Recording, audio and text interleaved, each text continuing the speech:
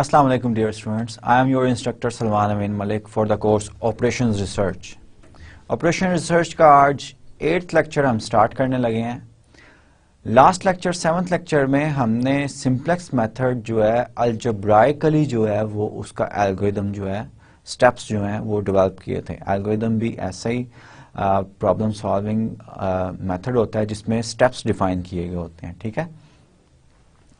अब simplex method जो है ये बड़ा इंपॉर्टेंट मेथड है ओआर में, और LP problems linear program models जो हैं या प्रॉब्लम्स जो हैं इनको ये सॉल्व करता है. इसके लिए हमने लास्ट लेक्चर में ये सीखा था कि आपका बेसिक सॉल्यूशन जो है और नॉन बेसिक सॉल्यूशन है उसके कोरस्पॉन्ड, और जो इक्वेशंस आपकी बन रही हैं कंस्ट्रेंट्स के कोरस्पॉन्ड और ऑब्जेक्टिव फंक्शन के कोरस्पॉन्ड, उसके कोरस्पॉन्ड आप टेबल, जिसका नाम ओआर की लैंग्वेज में टेबलू हम स्पेशल कहते हैं, टेबलू जो है वो हम किस तरह बनाते हैं, उस टेबलू से फिर हम किस तरह डिसाइड करते हैं कि हमारा entering variable which will enter into the basic solution और लीविंग वेरिएबल, और ऐसा basic solution at that time जो कि लीव करेगा बेसिक सॉल्यूशन को और and it will become non basic solution, ये किस तरह डिसाइड करते हैं. और ये ऑप्टिमलिटी कंडीशन और फिजिबिलिटी कंडीशन जो थी ये दो बड़ी कंडीशंस इंपॉर्टेंट थी, ये जो हमने स्टडी की थी लास्ट लेक्चर में. आज के लेक्चर में मैं पहले तो जैसे लास्ट लेक्चर में मैंने एक स्लाइड पे एग्जांपल की हुई थी, वो एग्जांपल मैंने छोड़ दी थी और मैंने कहा था कि हम ये एग्जांपल जो है नेक्स्ट लेक्चर में स्टार्ट करेंगे और मैं एक्सप्लेन करने की कोशिश करूंगा आपको ये एग्जांपल जो कि सिंप्लेक्स मेथड से हमने सॉल्व करनी है, और उस एग्जांपल को जो कि विंडोर ग्लास कंपनी के कोरस्पॉन्ड उनका मॉडल था, उसको हमने ग्राफिकली जो है ये हमने देख लिया हुआ है, सीख लिया हुआ है कि ग्राफिकली उसको सॉल्व किया हुआ है. लेकिन आज के लेक्चर में पहले हम करेंगे कि उस प्रॉब्लम को सिंप्लेक्स मेथड से सॉल्व करेंगे, यानी कि टेबलू बनाएंगे. सबसे पहले कंस्ट्रेंट्स को इक्वेशंस में लिखेंगे, टेबलू बनाएंगे, एंड देन ऑप्टिमल कंडीशन और फिजिबिलिटी कंडीशन यूज करके एंटरिंग वेरिएबल और लीविंग वेरिएबल जो है वो डिसाइड करेंगे until we reach the optimal solution. ठीक है. और ऑप्टिमलिटी कंडीशन हमें बताएगी कि ऑप्टिमल सॉल्यूशन है या नहीं है. उसके बाद फिर हमने आज जो मेन टॉपिक जो हमारा है वो एम टेक्निक का है. सिंप्लेक्स मेथड की एक बहुत स्ट्रॉन्ग जो बेस है वो ये है कि आपका ओरिजिन जो है वो स्टार्टिंग आइटरेशन, जीरो आइटरेशन पे वो क्या होना चाहिए, वो कॉर्नर पॉइंट फिजिबल सॉल्यूशन होना चाहिए ओरिजिन आपका. और हम अगर प्रॉब्लम में ऐसे प्रॉब्लम और या एलपी के ऐसे प्रॉब्लम्स आते हैं जिनमें ग्रेटर देन और इक्वल टू साइन होता है कंस्ट्रेंट का, या कंस्ट्रेंट जो है वो इक्वालिटी की फॉर्म में होता है, उसमें तो स्लैक वेरिएबल्स आ ही नहीं सकेंगे, क्योंकि स्लैक वेरिएबल्स ही हमारा जीरो आइटरेशन पे तमाम स्लैक वेरिएबल्स तो जो थे वो बेसिक सॉल्यूशन बनाते थे और बाकी नॉन बेसिक बनते थे. तो जब स्लैक वेरिएबल्स नहीं होंगे इसका मतलब है कि our problem LP problem will lack to have origin as a corner point feasible solution. उसके लिए फिर हम ये करेंगे कि हम एम टेक्निक आज के लेक्चर में सीखेंगे. ठीक है. इसके लिए दो टेक्निक्स हैं. एम टेक्निक है basic feasible solution corner point को बनाने के लिए, और दूसरा टेक्निक जो है टू फेज मेथड. ये नेक्स्ट लेक्चर में टू फेज मेथड करेंगे, लेकिन आज के लेक्चर में हम स्टार्ट अपना लेक्चर करेंगे सिंप्लेक्स मेथड, एक एग्जांपल को एक्सप्लेन करूंगा, और उसके बाद एम टेक्निक जो है वो हम स्टडी करेंगे. M technique, big M method और M method, these are the different names used by different people. ठीक है. लिटरेचर में ये तीनों नेम्स हैं. So let's start our lecture. आज 8th लेक्चर है हमारा. 8th लेक्चर में हमारा जो है पहली एग्जांपल, जैसे मैंने आपको बता दिया है कि Wyndor glass company model which is a maximization problem, this is the objective function. सबसे पहले तो ये मेरे कंस्ट्रेंट, ये मेरा पहला कंस्ट्रेंट है, ये मेरा दूसरा कंस्ट्रेंट है, ये मेरा तीसरा कंस्ट्रेंट है. इनमें मैं क्या करूंगा कि मैं स्लैक वेरिएबल्स जो हैं वो इंट्रोड्यूस करूंगा. ठीक है. और ये मेरी जी वाली इक्वेशन है. जी इक्वेशन को पहले मैं स्टैंडर्ड फॉर्म में लिख लेता हूं.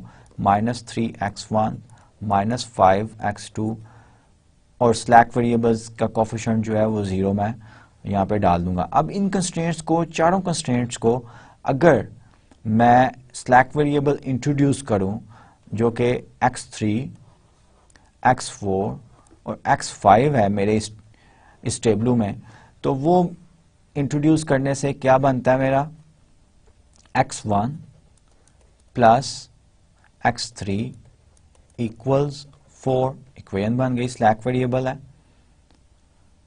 2x2 plus x4 equals 12, 3x1 plus 2x2 plus x5 equals 18। ये अब मेरी इक्वेशंस बन रही हैं और x3, x4, x5 जो हैं ये स्लैक वेरिएबल्स हैं। सिमिलरली मेरी इक्वेशन जो बनेगी z इक्वेशन वो इक्वल 0, यहाँ पे इक्वल 0 आएगा और इस इक्वेशन में मेरे स्लैक वेरिएबल्स का कोफिशिएंट क्या है, 0 है। अगर ना भी लिखूं इट डजेंट मैटर, लेकिन अगर आप दोबारा लिखना चाहते हैं z को स्टैंडर्ड फॉर्म में टेबलू बनाने के लिए तो -5x2 plus 0 x3 plus 0 x4 plus 0 x5 जो है इक्वल्स 0, ये बन जाएगा। ठीक है, अब हमने टेबलू कंस्ट्रक्ट करना है। टेबलू जो है ये एग्जांपल जो है हिलियर एंड लिबरमैन से ली गई है। इसमें जरा डिफरेंट नोशन है लेकिन इट डजेंट मैटर। इनफैक्ट ये मैंने चूज इसीलिए किया है कि आप रट्टा ना लगाएं कोई, ठीक है, थोड़ी सी डिफरेंट नोशन है। अब z वेरिएबल्स जो है वो फर्स्ट जो है रो हमारे टेबलू की वेरिएबल्स होते हैं। अब बेसिक वेरिएबल के कोरस्पॉन्ड ये है और इसमें इटरेशन नंबर भी लिखे हुए हैं। फर्स्ट टेबलू इज z का कोफिशिएंट 0 इक्वेशन जो कि 0 है, ये यहां पे लिखी हुई है 0 इक्वेशन। ठीक है, ये 1 2 3 ये वाली स्लैक वेरिएबल्स के साथ है। इसमें z का कोफिशिएंट 1 है, x1 का कोफिशिएंट -3 है, x2 का कोफिशिएंट -5 है, x3 x4 x5 जो कि स्लैक वेरिएबल्स थे उनके कोफिशिएंट 0 है and we are at origin. ठीक है, अब साथ ही ऑप्टिमैलिटी कंडीशन लगाएं। ये z में क्या तमाम कोफिशिएंट्स जो हैं z इक्वेशन में ये नॉन नेगेटिव है? नहीं, ये तो नेगेटिव भी है। इसका मतलब है कि सॉल्यूशन ऑप्टिमल नहीं है। फिर x3 वाली इक्वेशन लिखेंगे। x3 वाली में z का कोफिशिएंट 0 है, x1 का कोफिशिएंट 1 है, x2 का कोफिशिएंट 0 है, x3 का कोफिशिएंट 1 है, x4 x5 का कोफिशिएंट 0 है। अगर नहीं है तो कोफिशिएंट उनके 0 ही है ना। आई कैन राइट, जैसे मैंने ऑब्जेक्टिव फंक्शन को एक्सटेंड किया 0x3 plus 0x4 plus 0x5 लिख के, इसी तरह जो है मैं अपनी इन इक्वेशंस में remaining variable x2 x4 x5 जो है वो लिख सकता हूं। और राइट हैंड साइड क्या है, 4 है मेरी। ठीक है, फिर क्या है कि इक्वेशन नंबर 2 मैं लिखना चाहूंगा जिसमें z का कोफिशिएंट 0, x1 का कोफिशिएंट 0, x2 का कोफिशिएंट 2, x3 का कोफिशिएंट 0, x4 का कोफिशिएंट 1 है, so on and so fourth. Right hand side जो है जो यहाँ पे लिखी हुई है इसमें राइट हैंड साइड मेरी 4 है। इसी तरह मैं जो है डिसाइड कर लेता हूं बाकी दो इक्वेशंस x4 और x5 और ये मेरा बेसिक वेरिएबल्स हैं, बेसिक सॉल्यूशन के कोरस्पॉन्ड वेरिएबल्स हैं।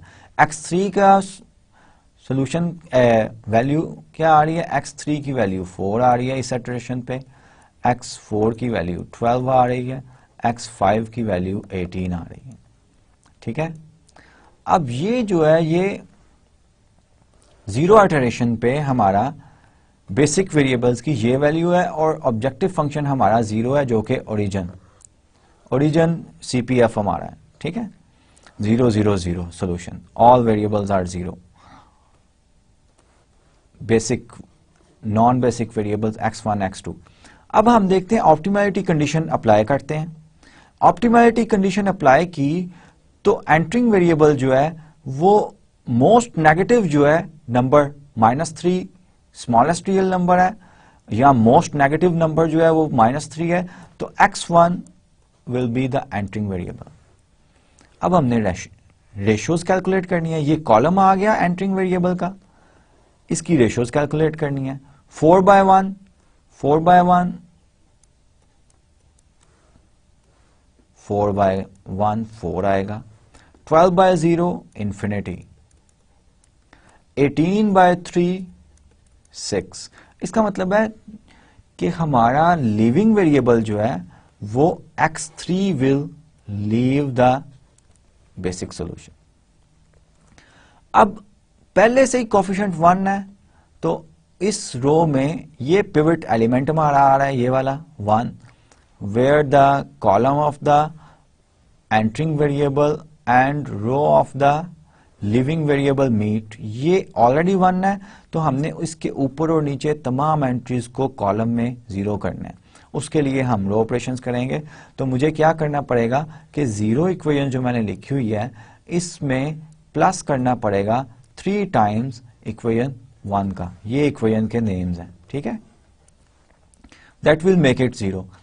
और सिमिलरली ये इक्वेशन 2 में तो 1 के नीचे 0 ही है, 3 को मुझे 0 करना पड़ेगा, तो मुझे क्या करना पड़ेगा, इक्वेशन 3 में माइनस करना पड़ेगा 3 टाइम्स इक्वेशन 1, ठीक है। ये रो ऑपरेशंस अगर मैं करूं तो मेरा फर्स्ट इटरेशन पे टेबल जो है अल्टीमेटली उसकी शेप ये बनती है। अब आप ये देखें, ये पिवट एलिमेंट जो है ये 1 है, बाकी ऑल एंट्रीज जो हैं वो 0s हैं।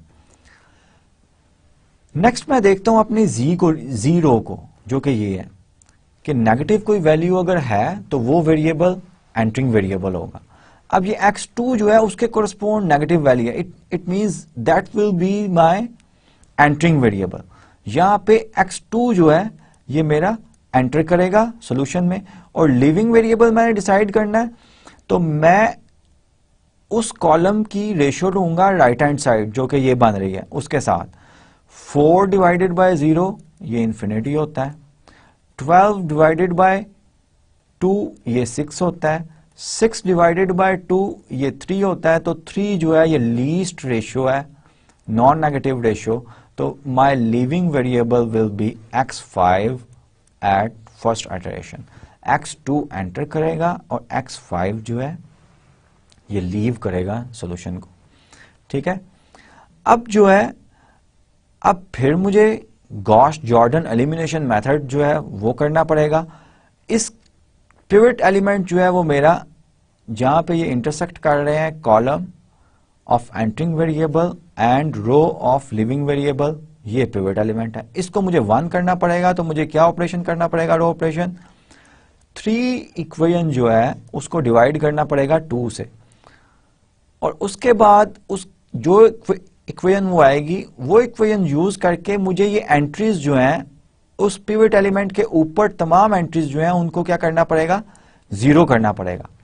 वो रो ऑपरेशंस आप करें तो अल्टीमेटली आपका जो टेबलू है that will take this form, 1 1 0 0 0 and your objective function value z reaches to 18। First iteration में वो 12 थी, x1 x2 has entered the basic solution, in fact x1 equals 4 है और x2 equals 3 है, और ये एक आपका स्लैक वेरिएबल भी बेसिक सॉल्यूशन में x4 equals 6 है। ये वैल्यूज आप ऑब्जेक्टिव फंक्शन में डालें, इस ऑब्जेक्टिव फंक्शन में यू आर गेटिंग 18, ठीक है। अब ऑप्टिमलिटी टेस्ट अप्लाई करें जी इक्वेशन में, all values are non negative, hence this is the optimal solution, yes. अब ये एग्जांपल इसलिए मैंने डाली थी कि अगर कोई के भाई ऑप्टिमलिटी कंडीशन के बाद भी कोई आइटरेशन एंटरिंग वेरिएबल डिसाइड करके देखते हैं कि सॉल्यूशन को क्या बनता है, सॉल्यूशन डिक्रीज करता है कि इंक्रीज करता है, ये इसलिए की गई है। Once you got the optimal solution, उसके बाद जो मर्जी वेरिएबल एंटर और लीव करवाएं वो चेंज नहीं होगा। फॉर एग्जाम्पल अगर मैं x3 को एंटर करवाना चाहता हूं और स्लैक वेरिएबल x4 x1 और x2 को तो नहीं ना मैं लीव करवाऊंगा, अगर मैं करवा भी दूं तब भी जो है आप देखेंगे कि आपका सॉल्यूशन ऑप्टिमल ही नहीं रहेगा, आपकी जी इक्वेशन में नेगेटिव वैल्यूज आ जाएंगी, ठीक है। तो अगर मैं x3 को स्लैक वेरिएबल x4 को निकालना चाहता हूं और स्लैक वेरिएबल x3 को एंटर करवाना चाहता हूं बेसिक सॉल्यूशन में, तो इसका मतलब ये है कि x4 में my pivot element will be this one. इस पिवट एलिमेंट पे इसको 1 बनाने के लिए मैं 3 से डिवाइड करूंगा और all entries above and below उनको जीरोस करूंगा। ये रो ऑपरेशन अगर मैं कर भी लूं तो आप देखिएगा कि हमारे ऑब्जेक्टिव फंक्शन में there is no change, objective function remains the same and Z equation में भी जो है ऑप्टिमैलिटी टेस्ट अगर आप लगाएं, आप देखें कि नॉन नेगेटिव जो है कोई वैल्यू है किसी कोफिशिएंट की जी इक्वेशन में, किसी जो है वेरिएबल की, नॉन बेसिक वेरिएबल की नेगेटिव वैल्यू नहीं है, it means that we are at optimal solution. और ये एक्स्ट्रा इटरेशन जो है ये हमने की है क्योंकि हमने एक स्लैक वेरिएबल को लीव करवाया, एक स्लैक वेरिएबल को एंटर करवाया and slack variable does not play any role, important role in the LP problems. So मैं उम्मीद करता हूं कि आपने एक्सरसाइज के कुछ क्वेश्चंस भी किए होंगे और ये सिंप्लेक्स मेथड जो है ये आपको बड़ी अच्छी तरह एक्सप्लेन मैंने किया है और आप इसके एक्सपर्ट हो चुके होंगे। नेक्स्ट टॉपिक स्टार्ट करते हैं, एम टेक्निक मेथड और बिग एम मेथड भी कहते हैं इसे, big M method.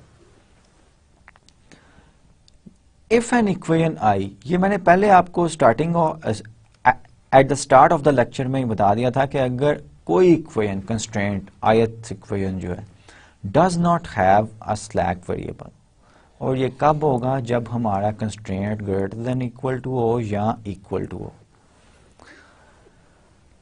N artificial variable, अगर हमारा ऐसा कंस्ट्रेंट है जिसमें स्लैक वेरिएबल नहीं है तो हमारा ओरिजिन जो है वो सीपीएफ नहीं होगा। तो उसको हम किस तरह सॉल्व करेंगे, क्योंकि सिंप्लेक्स मेथड के लिए तो ओरिजिन सीपीएफ होना चाहिए। हम artificial variable are I is added to form a starting solution similar to the convenient all slack basic solution. ठीक है। However, because the artificial variables are not part of the LP model, अब ये variable हमने खुद से introduce किया ना, slack variables तो हम स्लैक या सरप्लस वेरिएबल्स तो इक्वेशंस बनाने के लिए करते थे ना, और उनका ऑब्जेक्टिव फंक्शन में कोफिशिएंट 0 होता था तो वो रोल प्ले ही नहीं करते थे, what ever values they assume, ठीक है, वो रोल प्ले ही नहीं करते थे। लेकिन slack variables final optimal tableau में जिस कंस्ट्रेंट के कोरस्पॉन्ड होते हैं, ये लास्ट लेक्चर में मैंने आपको बताया था कि वो ये बता देते हैं कि आपका रिसोर्स जो है वो कंप्लीटली यूज्ड हुआ है या वो अबंडेंट है। ठीक है, ये मैंने इंटरप्रिटेशन की थी फाइनल ऑप्टिमल टेबलू की और ये बड़ी अच्छी इंटरप्रिटेशन थी हमारी। ठीक है, तो अब जो है अब हमने एक वेरिएबल आर्टिफिशियल वेरिएबल खुद से इंट्रोड्यूस कर दिया है, तो अब हम क्या करेंगे कि हम इसको पैनलाइज करेंगे। किस तरह पैनलाइज करेंगे कि अगर तो मैक्सिमाइजेशन का प्रॉब्लम है तो हम नेगेटिव नंबर एक लार्ज नंबर ऑब्जेक्टिव फंक्शन में कोफिशिएंट बना देंगे आर्टिफिशियल वेरिएबल का। अगर तो ऑब्जेक्टिव फंक्शन जो है वो मिनिमाइज का है तो एक पॉजिटिव नंबर जो है वो लार्ज नंबर बना देंगे। तो जब सिंप्लेक्स मेथड का एल्गोरिथम हम अप्लाई करेंगे तो डेफिनेटली वो सॉल्यूशन में आएगा ही नहीं। ठीक है, तो यही मेथड है। Artificial variables are not part of the LP model. They are assigned a very high penalty in the objective function, thus forcing them eventually to equal 0 in the optimum solution. This will always be the case if the problem has a feasible solution. ये हमेशा case होगा कि आपका artificial variable जो है वो 0 आएगा अगर प्रॉब्लम का फिजिबल सॉल्यूशन है। अब पेनल्टी रूल क्या है आर्टिफिशियल वेरिएबल्स के लिए, ये मैंने आपको बता दिया पहले ही कि अगर मैक्सिमाइजेशन का प्रॉब्लम होगा तो हम ऑब्जेक्टिव फंक्शन के साथ एक लार्ज नेगेटिव नंबर जो है वो असाइन करेंगे। ठीक है, आर्टिफिशियल वेरिएबल का कोफिशिएंट होगा। अगर मिनिमाइजेशन का प्रॉब्लम होगा तो लार्ज पॉजिटिव नंबर जो है वो असाइन करेंगे ऑब्जेक्टिव फंक्शन इक्वेशन में हर आर्टिफिशियल वेरिएबल को। Given m a sufficiently large positive number, m एक पॉजिटिव नंबर है, ठीक है, m ग्रेटर देन 0, और लार्ज नंबर मैथमेटिकली इसको m अप्रोचेस टू इन्फिनिटी हम लिखते हैं, infinity is a concept large numbers के लिए हम यूज करते हैं। The objective coefficient of an artificial variable represents an appropriate penalty if, अगर प्रॉब्लम मैक्सिमाइजेशन का है तो हम -m r1 z में ऐड करते हैं, ठीक है, z के डिसीजन वेरिएबल है, यहाँ पे -1 r1 कर दिया, क्योंकि ये हमारे प्रॉफिट को कम कर रहा है, लार्ज नंबर होगा, अगर ये नॉन जीरो रह गया ये तो हमारे प्रॉफिट को कम करता जाएगा, हम ये नहीं चाहते, हम तो मैक्सिमाइज करना चाहते हैं, तो R1 को फोर्सिबली 0 होना पड़ेगा। Similarly artificial variable objective coefficient m इन मिनिमाइजेशन, मिनिमाइजेशन का अगर प्रॉब्लम है तो z ऑब्जेक्टिव फंक्शन में कोएफिशिएंट R1 लेट से आर्टिफिशियल वेरिएबल है, इसका m होगा।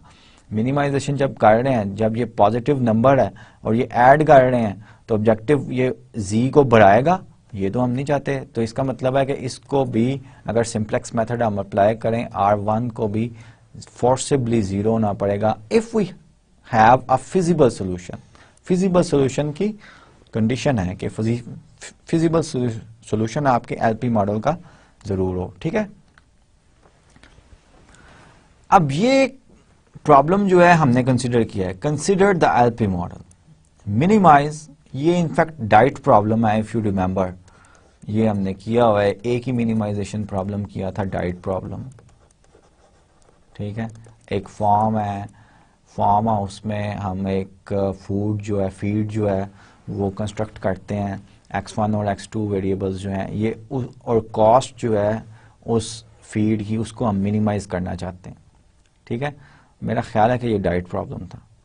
एनी हाउ कोई भी प्रॉब्लम हो, it doesn't matter, we have to minimize this function subject to this one. अब इसमें ये देखें, ये एक कंस्ट्रेंट है जिसमें इक्वलिटी है, ये एक कंस्ट्रेंट है जिसमें ग्रेटर देन और इक्वल टू है। अब इसका जब मैं इसको इक्वेशंस फॉर्म में लिखता हूं, इसमें तो मुझे कोई स्लैक वेरिएबल इंट्रोड्यूस ही नहीं करना पड़ेगा, ठीक है, लेकिन इसमें मुझे एक सरप्लस वेरिएबल जो है वो सब्ट्रैक्ट करना पड़ेगा, -x3 जो मैंने किया हुआ है यहाँ पे इक्वेशंस बनाने के लिए, और यहाँ पे एक मेरा स्लैक वेरिएबल आएगा +x4, और यहाँ पे मेरा कोई भी नहीं क्योंकि it is already equation. So this is the equation form of my LP problem. अब अगर मैं यहाँ पे स्लैक वेरिएबल 0 करूं तो मेरे पास कितने वेरिएबल्स हैं, मेरे पास 1 2 3 4 वेरिएबल्स हैं और 3 इक्वेशंस हैं। एक वेरिएबल को x4 स्लैक वेरिएबल को अगर मैं 0 करूं तो मेरे पास 3 इक्वेशंस और 3 अननोन्स आ जाएंगे, और उनका जरूरी नहीं है कि सोल्यूशन जो 0 0, तो 1 0 आ रहा है तो इसका मतलब है कि हमारा जो ओरिजिन जो है वो CPF नहीं बन रहा। लेकिन सिंप्लेक्स मेथड तो स्टार्ट तब होता है जब ओरिजिन जो है वो आपका CPF हो, CPF corner point feasible solution हो, ठीक है। इसके लिए हम क्या करते हैं कि हम जहां जहां पे हमारे स्लैक वेरिएबल जिन कंस्ट्रेंट्स में नहीं है, पहले 2 कंस्ट्रेंट्स में नहीं है, इसमें और इसमें, यहाँ पे हम आर्टिफिशियल वेरिएबल्स इंट्रोड्यूस कर देते हैं। लेट्स से R1 आर्टिफिशियल मैं इधर इंट्रोड्यूस कर देता हूँ और R2 जो है वो मैं यहाँ पे कर देता हूँ।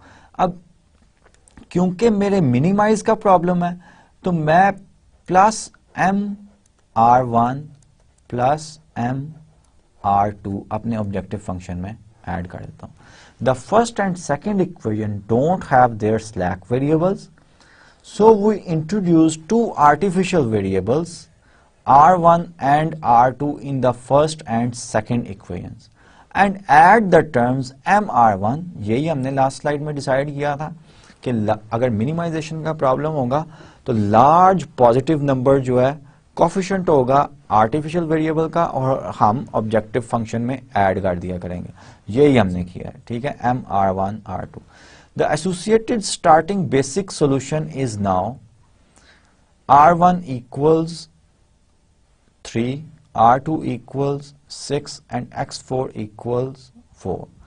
अब ये जो है ये स्टार्टिंग बेसिक सोल्यूशन हमारा ये बन गया, ठीक है। क्योंकि वेरिएबल अब R1 R2 इंट्रोड्यूस करने से we have 6 variables, 6 variables, 6 unknowns, 6 variables और 3 इक्वेशंस। इसका मतलब है कि non basic variables n minus m variables मुझे इक्वेट करने पड़ते हैं 0 के। तो n माइनस m जो है ये क्या बनेगा, मैं 6 वेरिएबल हैं, 3 इक्वेशंस हैं, 3 वेरिएबल्स को मैं इक्वल 0 करूंगा और इन 3 वेरिएबल्स में कौन कौन से आएंगे, x1 इक्वल 0, x2 इक्वल 0 होगा और x3 इक्वल 0। सरप्लस वेरिएबल जो है उसको इक्वल 0 की। तो सॉल्यूशन क्या आ रहा है, x4 जो स्लैक वेरिएबल था, स्लैक वेरिएबल 4 के इक्वल आ रहा है, r1 आर्टिफिशियल वेरिएबल जो हमने यहां पे इंट्रोड्यूस किया r1 वो इक्वल्स 3 के आएगा, r2 जो हमने यहां पे इंट्रोड्यूस किया आर्टिफिशियल वेरिएबल, r2 जो है वो 6 के इक्वल आएगा, ठीक है। So this is our starting solution, starting solution हमें मिल गया। अब क्या है कि अब रादर देन कि हम इसी m के साथ कंप्यूट करें, जो नया एडिशन है ताहा की बुक का, उसने ये कहा है कि हम m एक लार्ज नंबर m इक्वल्स 100 ले लेते हैं। लेकिन पुराने एडिशन जो हैं उसमें ये m टेक्निक और m मेथड और बिग m मेथड जो है ये m के साथ ही ताहा की बुक ने में किया हुआ है। और मैं जो हूँ मैं एक एग्जांपल जो है m के साथ भी करूंगा, लेकिन फॉर द टाइम बिंग मैं ताहा की बुक को ही फॉलो कर रहा हूँ कि आई टेक m इक्वल्स 100। इससे भी बड़ा ले सकते हैं, इनफैक्ट उसने 100 ले लिया, ठीक है। तो प्रॉब्लम मेरा ये बन गया subject to these artificial variable. अब इसका टेबलू जो है हम बनाते हैं। टेबलू में z equation z minus 4x1, एक बार फिर मैं बता देता हूं, minus x2 minus m_r1 minus m_r2 equals 0, क्योंकि इक्वेशन फॉर्म हमने इस तरह की बनानी है। तो z इक्वेशन जो है वो क्या होगी, x1 का कोफिशिएंट -4, x2 का कोफिशिएंट -1, 0 माइनस 100, m इक्वल्स 100 ले लिया तो -100 -100 0 0 और सोल्यूशन 0। अब बेसिक सोल्यूशन जो हमारा बन रहा है वो r1 equals 3, r2 equals 6 and x4 equals 4 है। ये बेसिक सोल्यूशन अगर हम m की 100 वैल्यू के लिए z में डाल दूं, z मेरा क्या बन रहा है, 4 non basic variable into 0 plus m क्या है हमारा, m 100 मैंने लिया हुआ है, r1 बेसिक सोल्यूशन 3 आ रहा है, प्लस 100 इंटू r2 जो है वो 6 आ रहा है, ये मेरा 900 आ रहा है। ये 0 तो आ ही नहीं रहा। This is what we call inconsistency. ये इनकंसिस्टेंसी है कि हमारे जो बेसिक वेरिएबल्स का सॉल्यूशन है स्टार्टिंग टेबल में वो हम ऑब्जेक्टिव फंक्शन में डाल रहे हैं तो 0 आ ही नहीं रहा। The starting basic solution is this one and z equals 900 which is inconsistent। यहां पे 900 होना चाहिए। This can be removed by modifying the objective function।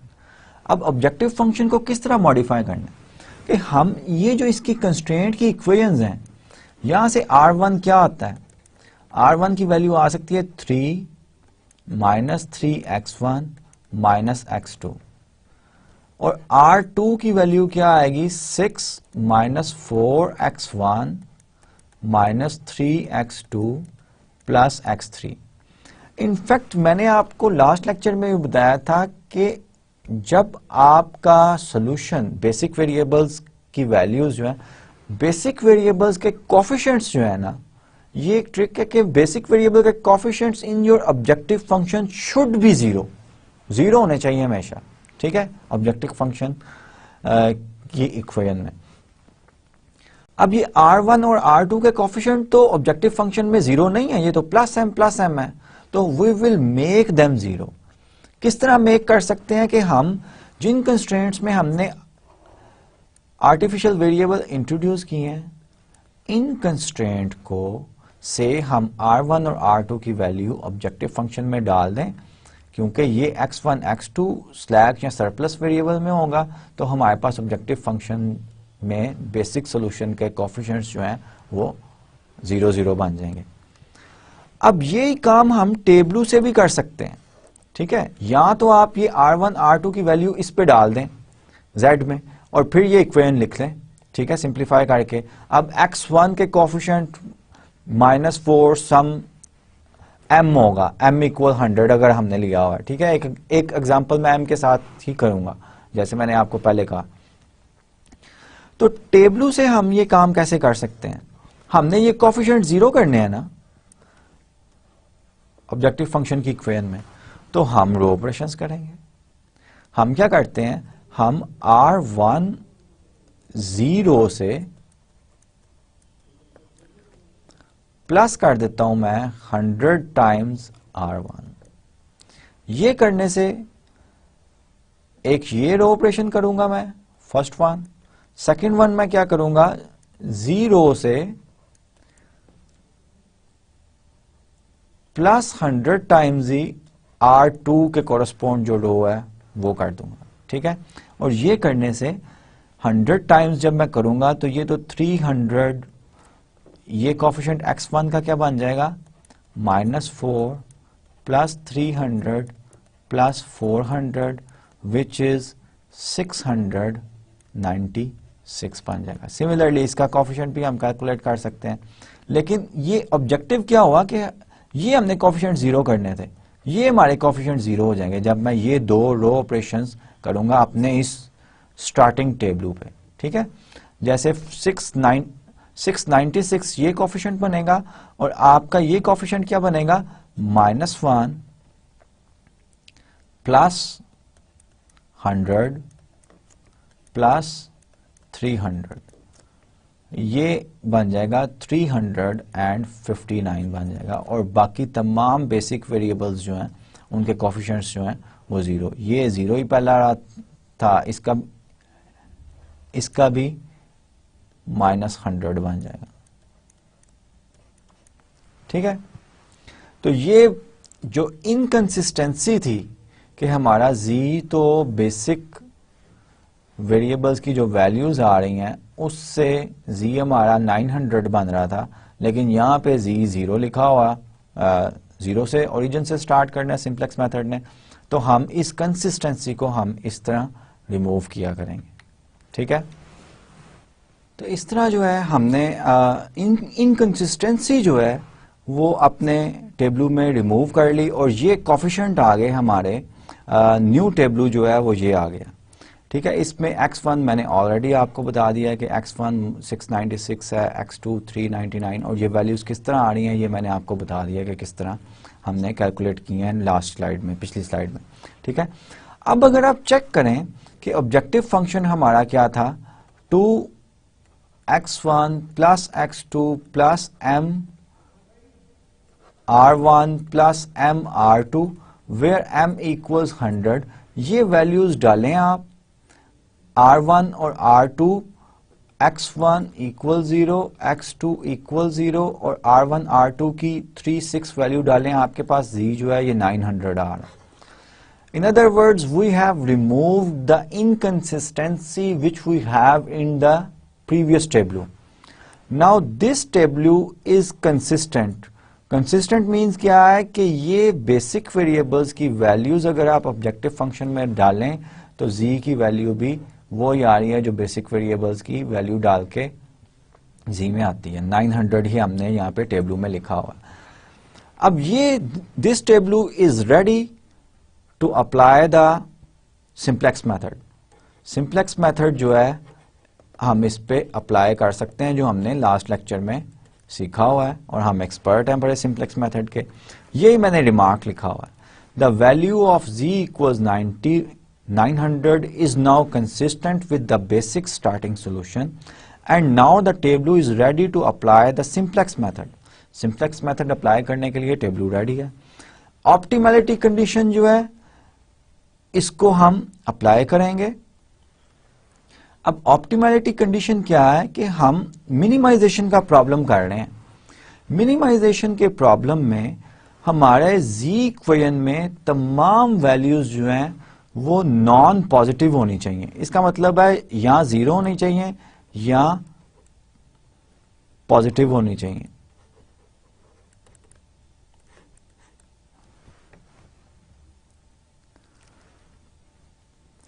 ठीक है, लेकिन हम देख रहे हैं कि यहां पे हमारा जो है पॉजिटिव नॉन पॉजिटिव होनी चाहिए। इसका मतलब है कि नेगेटिव वैल्यूज होनी चाहिए मिनिमाइजेशन के प्रॉब्लम में। ठीक है,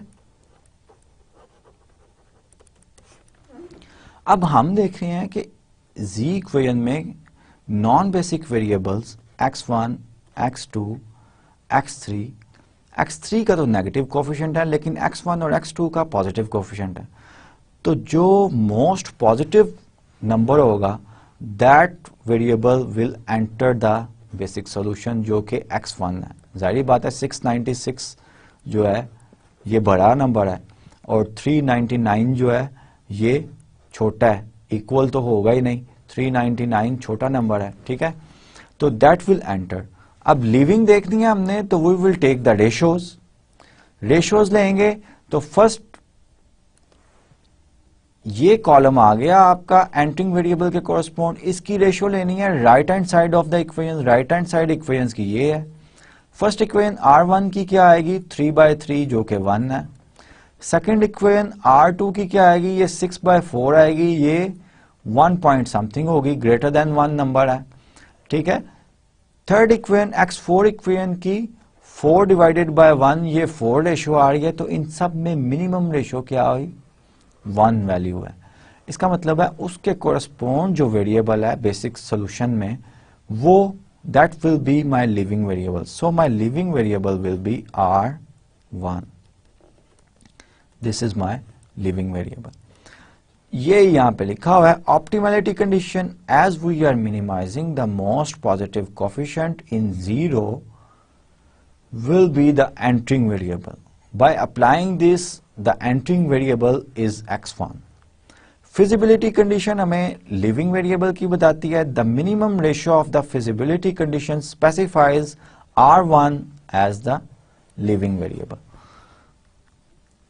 तो जब entering variable और living variable हमने डिसाइड कर लिया तो फिर उसके बाद हम क्या करते होते थे सिंप्लेक्स मेथड में, गॉश जॉर्डन एलिमिनेशन मेथड। उसको अप्लाई करने के लिए सबसे पहले मैं जो मेरा एंटरिंग वेरिएबल का कॉलम है और लिविंग वेरिएबल की जो रो है वो जहां पे इंटरसेक्ट कर रहे हैं वो एलिमेंट मैं आइडेंटिफाई करता हूं और इसको हम क्या बोलते हैं पिवट एलिमेंट बोलते हैं।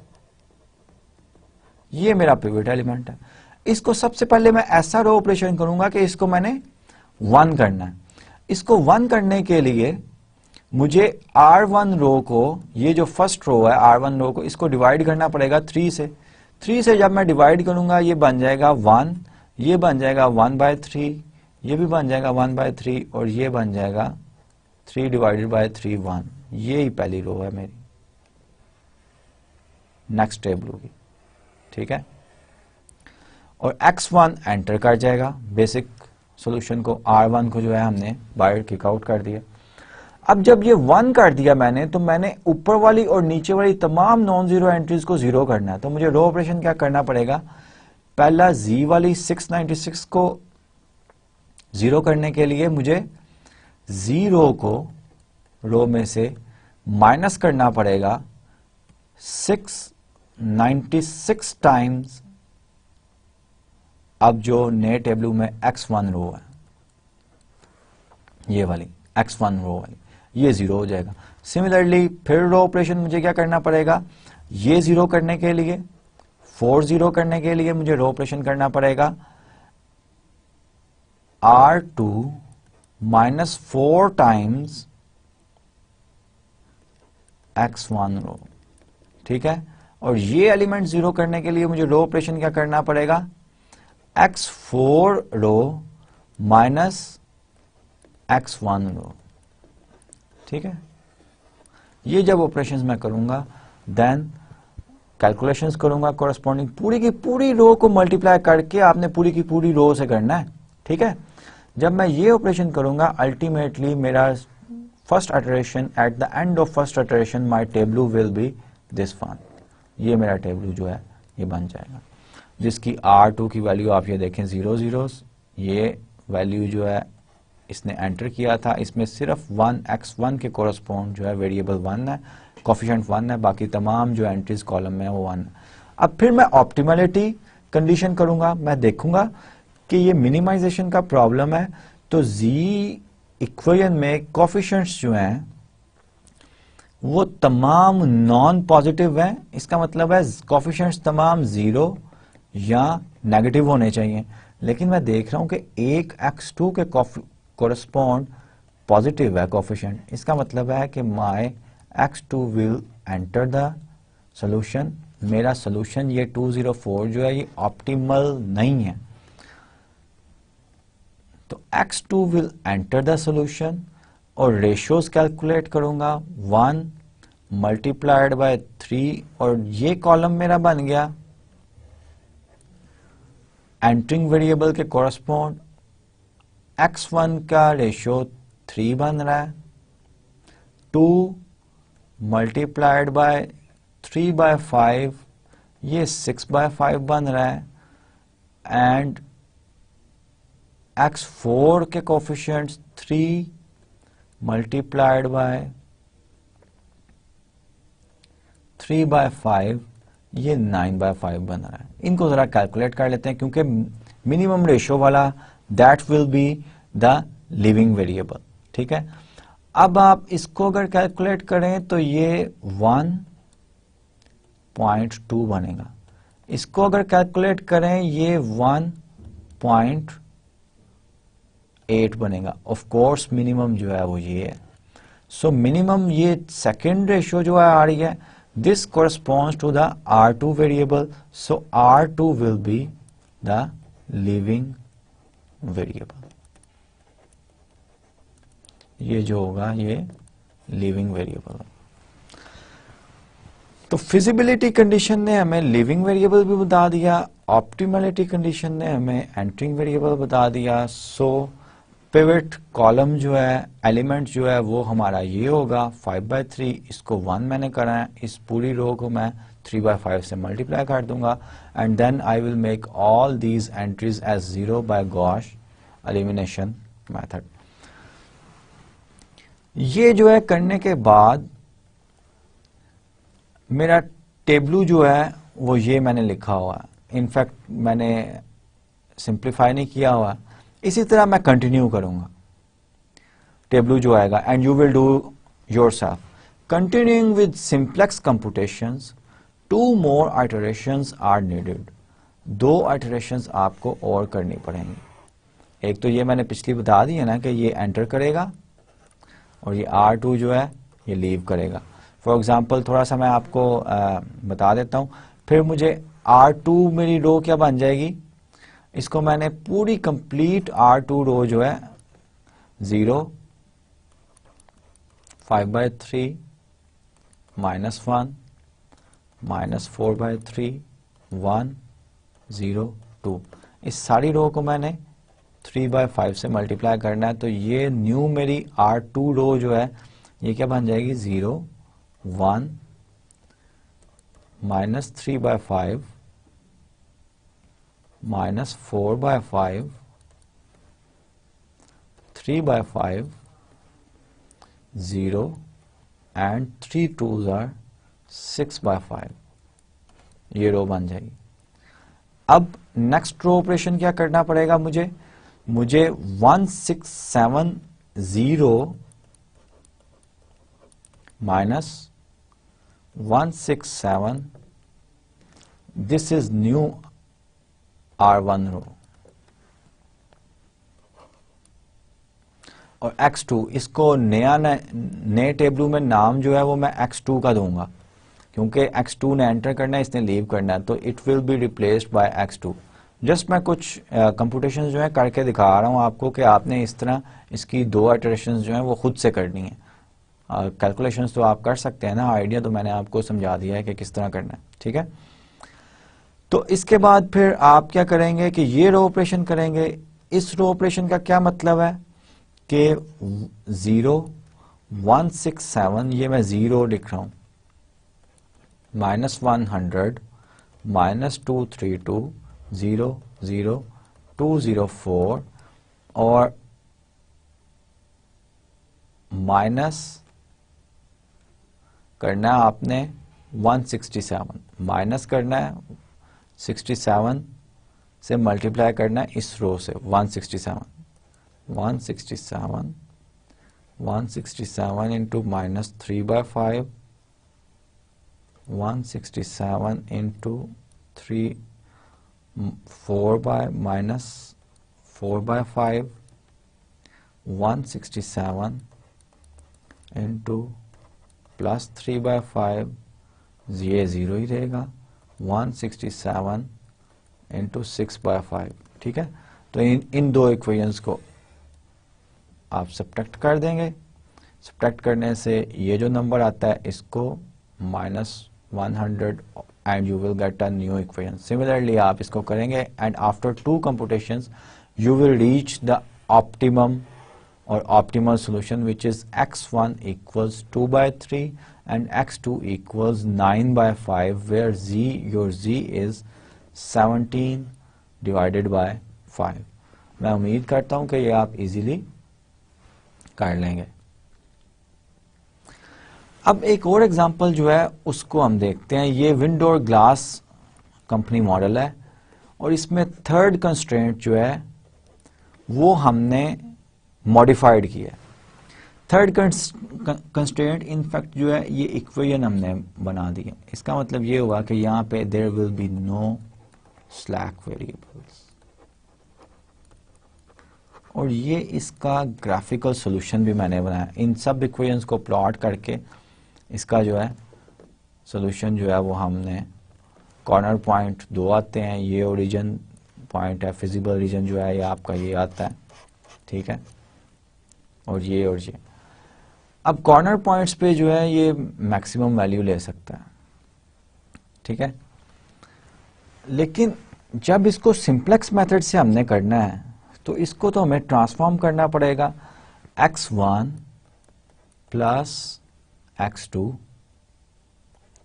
Slack variable equal 4, 2x2 plus x3 equals 12। अब इसमें तो स्लैक वेरिएबल कोई होगा ही नहीं, तो आर्टिफिशियल वेरिएबल जो है इंट्रोड्यूस करना पड़ेगा। आर्टिफिशियल वेरिएबल जो है लेट्स से हम पिछली बार हमने r1 से इंट्रोड्यूस किया था, इस बार हम x बार से इंट्रोड्यूस कर देते हैं। तो वो क्या होगा 3x1 plus 2x2 plus x बार x5 बार इक्वल्स 18। ये इसकी स्टैंडर्ड फॉर्म आ गई। अब मैक्सिमाइज का प्रॉब्लम है तो ऑब्जेक्टिव फंक्शन में 3x1 plus 5x2 minus m x5 बार ये हम ऐड कर लेते हैं। अब x5 बार जो है सॉल्यूशन जो है वो अगर इस ऑब्जेक्टिव फंक्शन के साथ मैं इन कंस्ट्रेंट्स के साथ मैं सॉल्यूशन जो है टेबलू लिखता हूं, वो तो हमने देख लिया कि इनकंसिस्टेंट होता है। उसको इनकंसिस्टेंसी रिमूव करने के लिए मैंने आपको क्या बताया था कि आप टेबलू में या रो ऑपरेशन करेंगे, x जो आपका आर्टिफिशियल वेरिएबल है उसका कोफिशिएंट 0 बनाएंगे क्योंकि वो बेसिक वेरिएबल है। बेसिक वेरिएबल के कोफिशिएंट जो हैं ऑब्जेक्टिव फंक्शन इक्वेशन में 0 होते हैं। इन अदर वर्ड्स आप एक और वे से भी कर सकते हैं, जो कि मैंने आपको पहले भी बताया था कि आप x5 बार जो आर्टिफिशियल वेरिएबल है उसको उसके कंस्ट्रेंट से 18 माइनस 3x1 माइनस 2x2 इस तरह लिख सकते हैं। अब ये वैल्यू जो है ये आप z में डाल दें तो z अल्टीमेटली आपका ट्रांसफॉर्म हो जाएगा किसमें 3x1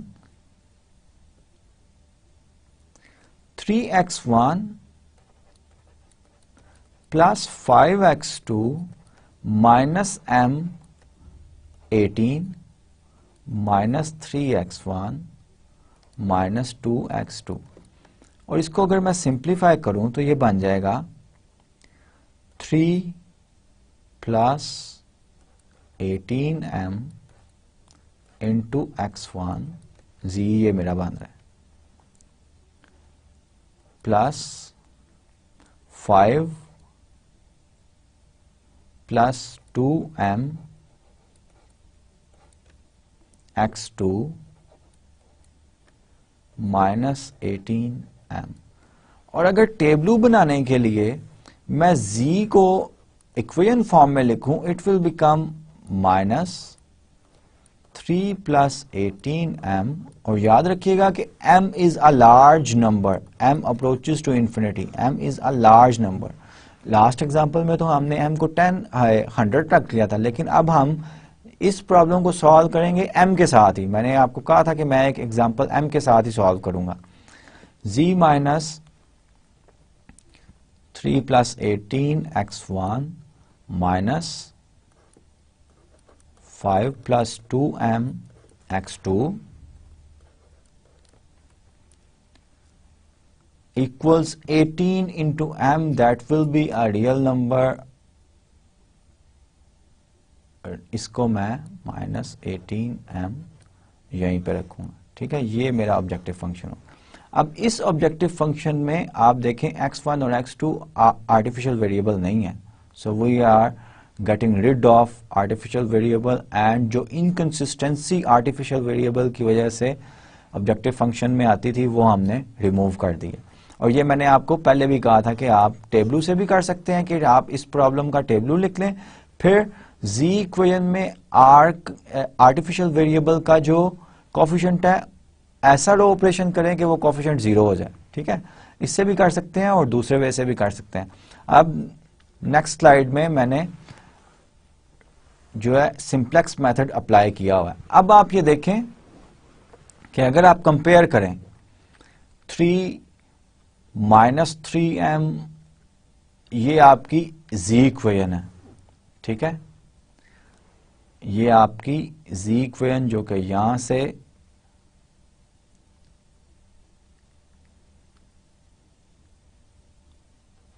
यहां पे माइनस 3m आएगा, ठीक है। 18 मैंने बाय मिस्टेक लिख दिया था, 18m तो ये बाहर निकल जाएगा, ठीक है। यहां पे 3 है, सो your z equation will be minus this one, z equation correspond to this equation, और ये हमने कैलकुलेट की है लास्ट में, ये देखें एग्जैक्टली वो ही है, सिर्फ 18 जो है मिस्टेकनली मैंने लिख लिया था। Minus 3m minus 3 minus 2m minus 5, और remember that m is a large number, m approaches to infinity. अब z जो है माइनस 18 है हमारा, जैसे हमने इक्वेशन की right hand side of z equation is minus 18। अब यहाँ पे हमने ऑप्टिमलिटी कंडीशन अप्लाई करनी है। प्रॉब्लम हमारा मैक्सिमाइजेशन का है। ऑप्टिमलिटी कंडीशन हमें ये कहती है कि we have to see whether the coefficients of all the non-basic variables are positive, in fact non-negative in the case of maximization। non-negative का मतलब है कि तमाम जो है 0 होने चाहिए या पॉजिटिव होने चाहिए। हम तो देख रहे हैं कि m एक बहुत बड़ा नंबर है, लेट्स से कि m इक्वल्स 100 ही लें, तो ये तो तमाम दोनों x1 का भी नेगेटिव नंबर बनेगा, x2 का भी नेगेटिव बनेगा। तो इस प्रॉब्लम में मैं m के साथ ही कंप्यूटेशंस करूंगा, ठीक है। m इक्वल्स 100 नहीं लूंगा, लेकिन क्योंकि मुझे पता है कि m is a large number, तो minus 3m will be a large negative number, और उसमें एक और नेगेटिव नंबर डाल दूं तो that will be always be a negative number. So these numbers minus 3m minus 3 and minus 2m and minus 5, these will remain negative numbers। अब इन दोनों में से कौन सा नंबर जो है वो मैक्सिमाइजेशन में हमने ये देखना होता है कि मोस्ट नेगेटिव नंबर इन दोनों में से कौन सा है, मोस्ट नेगेटिव नंबर। अब m का जो कोफिशिएंट जिसके साथ most negative number as a coefficient m के साथ लगा होगा वही जाहिर बात है मोस्ट नेगेटिव नंबर होगा। In other words -3m -3 will be less than -2m -5 for large positive m such that, और इसको हम किस तरह लिखते हैं, m अप्रोचेस टू इंफिनिटी। तो ये अगर m कोई लार्ज पॉजिटिव नंबर है तो उसके साथ कोफिशिएंट जितना नेगेटिव छोटा लगा होगा, आप मोस्ट नेगेटिव लगा होगा, वो उतना ही बड़ा होगा। अब ये मैं बार बार मोस्ट नेगेटिव जब बोलता हूं तो इसका मतलब है कि -7 जितना रियल नंबर बड़ा होगा। अगर मैं ये बोलूं कि छोटा रियल नंबर तो of course -3 is smaller than -2, ठीक है। तो मोस्ट नेगेटिव नंबर जो है इन दोनों नंबर्स में से वो यही होगा, और मोस्ट नेगेटिव नंबर जो है वो छोटा नंबर होता है क्योंकि ओरिजिन से ये -1 जो है -2 से बड़ा नंबर है, ठीक है। तो नेगेटिव में उल्ट होता है, रिवर्स होता है। तो this will be my entering variable, ठीक है। अब मैंने लिविंग वेरिएबल स्टार्ट सिलेक्ट करना है, तो मैं क्या करूंगा, मैं कॉलम का रेशियो लूंगा, इस कॉलम की एंट्रीज की राइट हैंड साइड से रेशियो 4 डिवाइडेड बाय 1 ये 4 है, 12 डिवाइडेड बाय 0 ये इंफिनिटी है,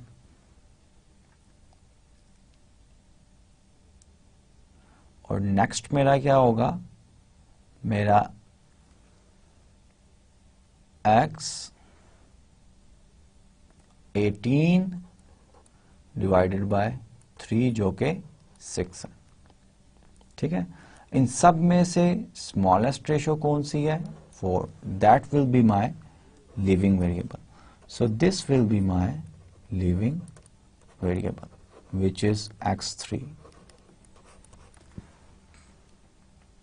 अब पिवट एलिमेंट जो है intersection of entering variable column and leaving variable row जो है वो ये बन रहा है 1, ये ऑलरेडी 1 है, तो मैं इसके ऊपर और नीचे वाले कोफिशिएंट्स जो हैं वो 0 करूंगा। फॉर एग्जांपल ऑब्जेक्टिव फंक्शन में ये मैंने 0 करना है, तो मैं क्या करूंगा, मैं जो 1 इस इक्वेशन का लेबल क्या है 1, मैं 0 इक्वेशन से प्लस करूंगा 3 plus 3m times equation number 1, that will make this coefficient 0।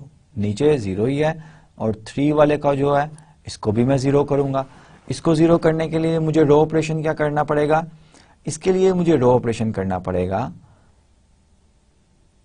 Third equation -3 times first equation, ठीक है। ये label 0 equation objective function g की है, 1 इक्वेशन x3 के correspond so on and so fourth, ठीक है। अब जो है after this one Gauss Jordan elimination method use करने के बाद मेरी फर्स्ट इटरेशन में ये कोफिशिएंट बन जाएंगे। अब m positive large positive number है, ये तो पॉजिटिव नंबर है, ठीक है। लेकिन m लार्ज पॉजिटिव नंबर है, -2 साथ लगा हुआ है, 7 -5 है, ये तो नेगेटिव नंबर है। ऑप्टिमैलिटी टेस्ट में लगाऊं, मैक्सिमाइजेशन प्रॉब्लम है, तो इसके साथ z के कोफिशिएंट में कोई भी नेगेटिव वैल्यू नहीं होनी चाहिए, तमाम कोफिशिएंट्स जो है नॉन पॉजिटिव होने चाहिए, जीरोस होने चाहिए या जीरोस या पॉजिटिव होने चाहिए। ये पॉजिटिव है, ये जीरोस हैं, एक नेगेटिव है। इसका मतलब है कि x2 will enter at first iteration. अब लिविंग वेरिएबल मैंने डिसाइड करना है। अब लिविंग वेरिएबल डिसाइड करने के लिए नेगेटिव स्मॉलेस्ट रेशियो मैं यूज करता हूं। ये कॉलम मेरा बन गया, इस कॉलम का राइट हैंड साइड के साथ डिवीजन। अब ये m लार्ज नंबर होगा तो -6 12 से तो बहुत बड़ा नंबर होगा नेगेटिव, 12 से इनफैक्ट बड़ा नंबर नहीं होगा। 6m जो है ये बड़ा नंबर होगा 12 से, और ये नेगेटिव साइन के साथ है, तो 12 को जब ऐड करेंगे, 12 पॉजिटिव साइन है, तो ultimately this will be a negative number. तो ये तो मैं वैसे इग्नोर रेशियो जो है वो कर दूंगा, और वैसे भी ये डिवाइड 0 से, ये तो ऑब्जेक्टिव फंक्शन की वैल्यू है। तो I have to divide 4 with 0 which is infinity, 12 with 2 which is 6 and 6 by 2 which is 3। तो ये थर्ड जो है that will be my living variable, जो कि हमारा आर्टिफिशियल वेरिएबल है। फर्स्ट इटरेशन में ये हमारी लिविंग वेरिएबल है, आर्टिफिशियल वेरिएबल x5 हमारा आर्टिफिशियल वेरिएबल था। उसके बाद मैं पिवट एलिमेंट जो है वो आइडेंटिफाई करूंगा, एंटरिंग वेरिएबल और लिविंग वेरिएबल की रो जहां पे इंटरसेक्ट करते हैं, दैट इज आवर पिवट। इसको 1 बनाने के लिए मैं पूरी रो को 2 से डिवाइड कर दूंगा, और after that I will make zeros in the pivot column, और पिवट कॉलम ये आपका है, ये पिवट कॉलम, ठीक है। इसमें तमाम मैं I do the row operation such that all the entries are zeros except the pivot element. अब फिर मैंने देखा है कि ऑप्टिमैलिटी कंडीशन में लगाऊंगा कि मेरा ऑब्जेक्टिव फंक्शन में कोफिशिएंट्स जो हैं वो तमाम नॉन नेगेटिव हैं कि नहीं है, ठीक है। अब यहां पे ये देखा मैंने कि ये मेरा जो है एक कोफिशिएंट जो है ये नेगेटिव बन रहा है। इसका मतलब ये हुआ कि ये मैं, और वो कोफिशिएंट जो है x3 स्लैक वेरिएबल के कोरस्पॉन्ड है।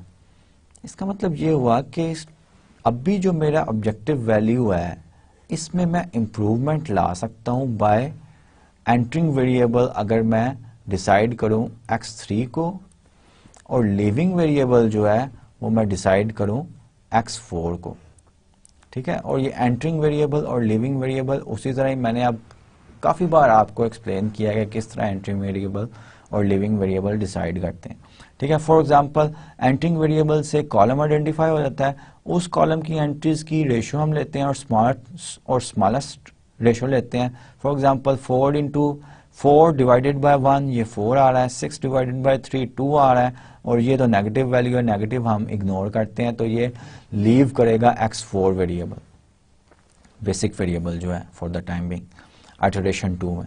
तो फिर मैं पिवट आइडेंटिफाई करता हूँ। पिवट जो है, पिवट एलिमेंट जो है वो मेरा एंटरिंग वेरिएबल के कॉलम और लिविंग वेरिएबल की रो जहां पे इंटरसेक्ट करती हैं वो मेरा पिवट एलिमेंट होता है। उसको मैं 1 करता हूं, तो इस पूरी रो को मैं 3 से डिवाइड कर दूंगा। उसके बाद मैं गॉश एलिमिनेशन मेथड से तमाम एंट्रीज जो हैं above and below pivot element वो मैं जीरोस करता हूं।